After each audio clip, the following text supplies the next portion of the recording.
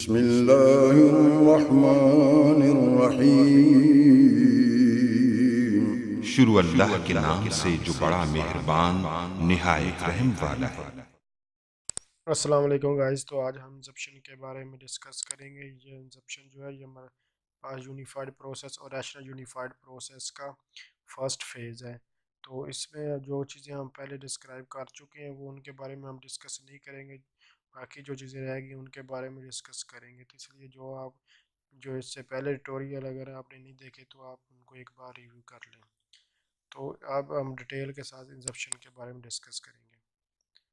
तो हमारे पास जो इंजप्शन है ये रिक्वायरमेंट्स नहीं होती, बल्कि इसमें हमारे रिक्वायरमेंट्स नहीं होती, बल्कि इसमें क्या होता है कि जो इम्पोर्टेंट्स हमारे पास पॉइंट्स रिक्वायरमेंट्स होती हैं उनको लिया जाता है।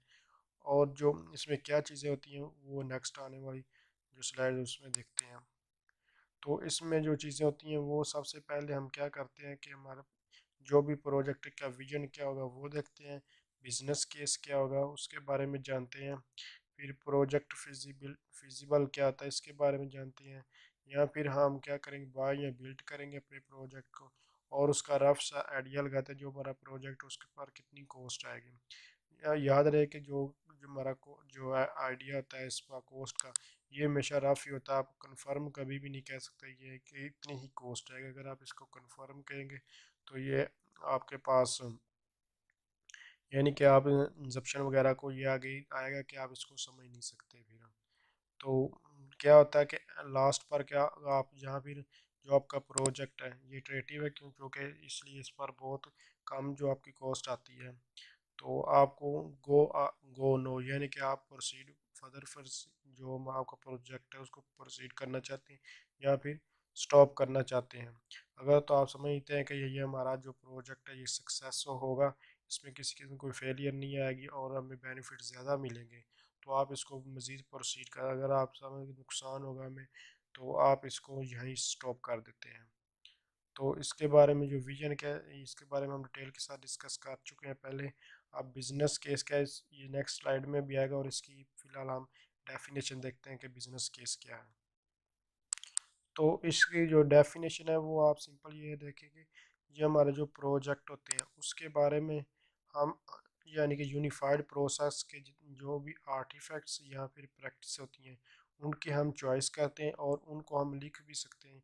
जो उसकी चॉइस होती है हमारे पास बहुत ज़्यादा आर्टिफैक्ट्स और प्रैक्टिसेस हैं यूनिफाइड प्रोसेस की, जो उसमें इम्पोर्टेंट्स होती हैं उनको हम लेते हैं और उनको एज ए शॉर्ट डॉक्यूमेंट्स हम लिखते हैं। तो जो हमारे पास शॉर्ट डॉक्यूमेंट्स वगैरह होते हैं वो हमारे पास डेवलपमेंट केस होती हैं। अगर ऑप्शन को एक ही सिंटैक्स में डिस्क्राइब करना चाहे तो इसमें क्या था कि हम जो प्रोजेक्ट होता है उसका स्कोप विजन और बिजनेस केस देखते हैं। तो इन सब के बारे में बारे बारे डिटेल के साथ देख लेते हैं। तो प्रॉब्लम ये आती है कि इसमें हम जो जो हमारा स्टेक होल्डर वो होता है जो हमारा क्लाइंट वगैरह होता है यानी कस्टमर। तो उसके साथ जो हम बेसिक एग्रीमेंट करते हैं वो हमारे पास प्रॉब्लम करता है विजन में। तो इसके कुछ आर्टिफैक्ट जितने भी अभी मैं इसके बाद डिस्क्राइब करता हूँ ये सारे के सारे आर्टिफैक्ट्स ही होंगे। तो इस हर प्रोजेक्ट के लिए क्या करते हैं हमारे पास जो डॉक्यूमेंट्स होते हैं सारे के सारे डॉक्यूमेंट्स की ज़रूरत नहीं होती इसमें। तो इसका फर्स्ट जो आर्टिफैक्ट्स है ये है विजन और बिजनेस केस। विजन के बारे में पहले हम डिस्कस कर चुके हैं, और बिजनेस केस क्या होता है इसके बारे में मैंने अभी आपको करवाया इससे पहले थोड़ी देर। तो इसमें ये क्या होता है जो हाई लेवल जो गोल्स वगैरह होते हैं उन और कंस्ट्रेंट्स उनको डिस्क्राइब किया जाता है बिजनेस केस वगैरह में। तो एग्जीक्यूटिव समरी होती है वो हम इसमें डिस्क्राइब करते हैं। तो ये क्या है इनके बारे में बता चुका हूँ। तो जो सेकंड है इसके में यूज़ केस मॉडल्स आता है। यूज़ केस मॉडल क्या है इसके बारे में बहुत डिटेल के साथ हम पढ़ चुके हैं। तो इसमें जो फिर भी आपको मैं मुख्तसर बता देता हूँ कि इसमें जो 10% होता है हमारे पास यूज़ केसेस उसको डिटेल के साथ डिफाइन किया जाए, आपके 90% को डिटेल के साथ डिस्क्राइब नहीं किया जाता।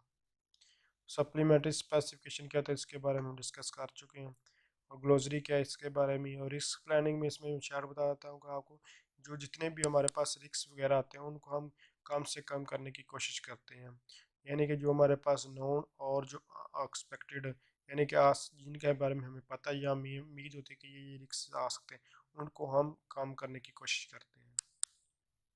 तो प्रोटोटाइप्स या प्रूफ ऑफ कंसेप्ट से क्या होता है कि इसमें हमें कंफर्म नहीं होता कि हमारा जो प्रोजेक्ट है वो सक्सेस होगा या फेलियर होगा, इसलिए इसमें हम थ्रू वे प्रोटोटाइप करते हैं। यानी कि एक रफ सा आइडिया बनाते हैं एक पेज वगैरह पर, इसको हम कहते हैं थ्रू वे प्रोटोटाइप्स। और उसको बाद अगर हमें 100% यकीन हो कि हमारा प्रोजेक्ट सक्सेस हो तो हम एवोल्यूशनरी प्रोटोटाइप बनाते हैं, इसलिए हमें इसमें कंफर्म नहीं होता कि हमारा प्रोजेक्ट सक्सेस होगा या नहीं होगा, इसलिए हम इसमें थ्रू वे प्रोटोटाइप्स। ये तो टू टाइप्स हैं प्रोटोटाइप्स की, एक एवोल्यूशनरी प्रोटोटाइप और एक होती है थ्रू वे प्रोटोटाइप्स। तो इसमें और क्या होता है कि हमारे पास जो भी विजन या फिर हमारे पास वैलिड टेक्निक्स है उसको क्लैरिफाई करने के लिए हम इस प्रोटोटाइप का यूज़ करते हैं इसमें। तो इटरेशन प्लान क्या होता है कि ये हमारे पास फर्स्ट इटरेशन डिस्क्राइब व्हाट, जो कि हम फर्स्ट जो इटरेशन है उसमें हम क्या काम करेंगे, सब तरह इटरेशन प्लान है।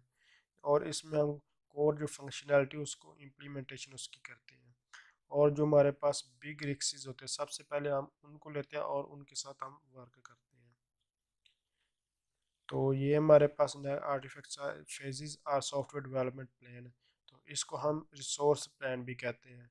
तो ये क्या है, a low precision guess for the direction and effort of the elaboration जो है ये हमारे पास इसके बाद आने वाला फेज़ है, जो कि हम पहले फेज़ एलेबोरेशन क्या है इसके बारे में डिस्कस कर चुके हैं और मज़ीद इसके बारे में डिस्कस करेंगे, जिसमें हम शामिल होते हैं tools, people, training and other sources, जितने भी रिसोर्स वगैरह इसमें आ जाते हैं। तो डेवलपमेंट केस क्या होता है, इसका जो पहला पॉइंट है जिसके बारे में बता चुका हूँ कि ये क्या अभी बताया मैं थोड़ी देर पहले।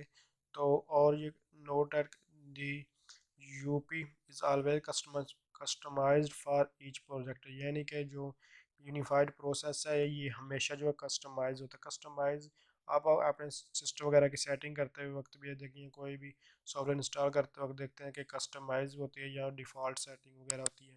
तो कस्टमाइज का मतलब होता है कि आप खुद से जिस तरह का भी प्रोजेक्ट वगैरह बनाना चाहते हैं या किस तरह की कोई चीज़ आप स्किप करना चाहते हैं, नहीं करना चाहते, अपनी मर्ज़ी से जो काम करें उसको हम कस्टमाइज़ कहते हैं।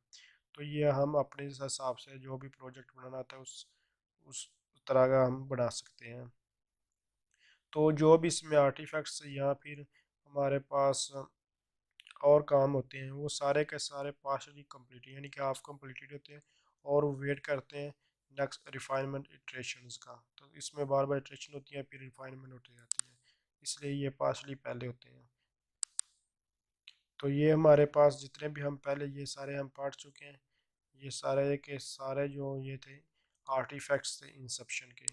तो इसके बाद जो हमारे पास अब आएगा, यानी कि अगर हम you you now you did not understand Inception, जो है अगर ये जो चीज़ें हम डिस्कस करेंगे आप इस तरह इसके ऑपोजिट चलेंगे तो आप कभी भी इंसेप्शन को समझ नहीं सकते। अगर आप समझते हैं कि जो हमारे पास इसका जो है यानी कि Inception should last a few weeks at most, यानी कि जो इंसेप्शन है वो फ्यू वीक्स हो, तो आप कंफर्म कुछ भी नहीं कह सकते। अगर आप कंफर्म कहेंगे तो आप फिर इंसेप्शन को समझने में मिस्टेक करेंगे।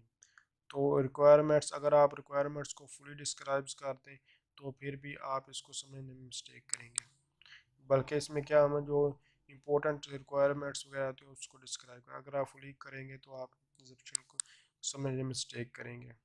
इसको एक्यूरेसी ऑफ एस्टिमेट, यानी कि अगर आप, मैं बता चुका हूँ पहले कि एक्यूरेसी ऑफ एस्टिमेट क्या जाता है। अगर आप इसमें कहते हैं कंफर्म कहते हैं कि इतनी इस पे कॉस्ट वगैरह आएगी तो आप इसमें ये मिस्टेक करेंगे। डू नॉट डिज़ाइन आर्ट, इसमें हम डिज़ाइन आर्किटेक्चर वगैरह डिज़ाइन नहीं करते। जो डिज़ाइन होता है वो इटरेटिव एलेबोरेशन के दरमियान डिज़ाइन किया जाता है, यानी कि defer designs as late as possible, the more you know the less chance that you will make a bad decision. तो इसके बाद हमारा पैथ टू डिसास्टर, यानी कि जो हमारे पास वाटरफॉल मॉडल वगैरह होते हैं या क्या होते हैं कि इसमें हम सब कुछ डिफाइन कर दें, रिक्वायरमेंट्स, आर्किटेक्चर, प्रोडक्ट, सब कुछ बनाने के बाद हमें देखते हैं कि हमारा प्रोजेक्ट किस तरह का बने किस तरह का नहीं बना। तो ऐसा उसमें हमारे पास बहुत ज़्यादा कॉस्ट आती है और उसके बाद फेलियर हो तो हमें बहुत परेशानी होती है। लेकिन इसमें क्या होता है कि आप क्या यूज़ करें इसके बजाय इटरेशंस वगैरह, यानी कि अगर आप वाटरफॉल वगैरह की तरह इस पर काम करेंगे तो आप फिर भी इंसेप्शन को नहीं समझ सकते हैं। तो आपको हमेशा किन चीज़ों की ज़रूरत होती है कि आज जो कहूँ कि हमारे पास इसमें कॉस्ट बहुत कम आती है, यानी कि $1 1 मिलियन जो इसमें जो कॉस्ट है वो अगर एक प्रोजेक्ट के लगनी कितनी 10 मिलियन वगैरह है। तो इसलिए हम एक ही पर इतना हमें नुकसान हो तो हम समझ सकते हैं कि हम मज़ीद अपने प्रोजेक्ट को आगे आगे प्रोसीड करें या ना करें। और इसमें यूज़ केस एंड एक्टर्स क्या होते हैं, वो 10% यूज़ केसेस और एक्टर्स इन सारे के साथ सब के साथ डिटेल के साथ डिस्कस कर चुके हैं और ये 10% डिटेल के साथ इसमें यूज़ किया जाता है, जबकि 90% जो है डिटेल के साथ नहीं किया जाता। तो इनके बारे में मज़ीद हम पॉइंट्स के थ्रू देखते हैं और सिंपल साइज को समझने की कोशिश करते हैं कि हम क्या क्या मिस्टेक इंसेप्शन में कर सकते हैं। ये जो मैंने आपको पॉइंट कराए आप ये भी कर सकते हैं, लेकिन अगर आप इसको पॉइंट्स के साथ और बिल्कुल ईजी सा समझना चाहते हैं तो वही आप इस तरह भी कर सकते हैं। तो इसको हम इस तरह डिफाइन कर, यानी कि अगर आपका जो प्रोजेक्ट है वो आप उसको कुछ वीक्स से ज़्यादा डिफाइन कर देते हैं तो आप क्या कहते हैं इंसेप्शन को समझने में मिस्टेक करेंगे, या फिर आप जो रिक्वायरमेंट्स जितनी भी रिक्वायरमेंट सबको फुली डिफाइन कर दें तो ये भी फिर भी आप इंसेप्शन को समझने में मिस्टेक करेंगे। या फिर आप जो है वो एक सॉलिड सा, या फिर आप कहें कन्फर्म होकर कहेंगे ये हमारा जो प्लान और एक्सटीमेट वगैरह इतना ही आएगा, रिलायबल है। तो आप इसमें कभी भी नहीं कह सकते कि ये सक्सेस होगा नहीं होगा क्या होगा, यानी कि ये सक्सेस हो भी सकता है और नहीं भी हो सकता, इसलिए ये रिलायबल नहीं। अगर आप कहेंगे कि ये रिलायबल है हमारा प्रोजेक्ट तो आप फिर भी इंसेप्शन को समझने में मिस्टेक करेंगे। तो इसमें हम जो आर्किटेक्चर वगैरह उसको डिफाइन नहीं करते, बल्कि आर्किटेक्चर हम जो नेक्स्ट सिचुएशन होती है उस एलेबोरेशन में उसमें डिफाइन करते हैं। या फिर आप इस चीज़ पर बिलीव करते हैं कि आप सबसे पहले हमारे पास रिक्वायरमेंट्स आएंगी उसके बाद आर्किटेक्चर आएगा इम्प्लीमेंटेशन, तो ऐसा हरगिज़ भी नहीं है क्योंकि हर चीज़ काम में ज़्यादा हो सकती है। तो या फिर आप कहेंगे अगर आपका इस बिज़नेस के या विजन वगैरह आर्टिफैक्ट्स नहीं आएंगे तो ये फिर भी आप इसको समझने में मिस्टेक, यानी कि इसमें जो बिज़नेस केस और विजन ये इंपॉर्टेंट आर्टिफैक्ट्स हैं इसके इंसेप्शन के। तो ये वाले इसने पॉइंट को फिर डिस्क्राइब कर दिया, यानी कि जितने भी हमारे पास यूज़ केस हैं उनको अगर हम फुली यूज़ केस या रिक्वायरमेंट्स एक चीज़ है फुली डिस्क्राइब कर दें तो ये हमारे पास फिर भी इंसेप्शन को समझने में मिस्टेक करेंगे। तो ये हमारे पास इम्पोर्टेंट्स जो मिस्टेक्स थी इंसेप्शन के बारे में उनको हम डिस्क्राइब किया है। तो तकरीबन यही इसके बारे में इम्पोर्टेंट्स था।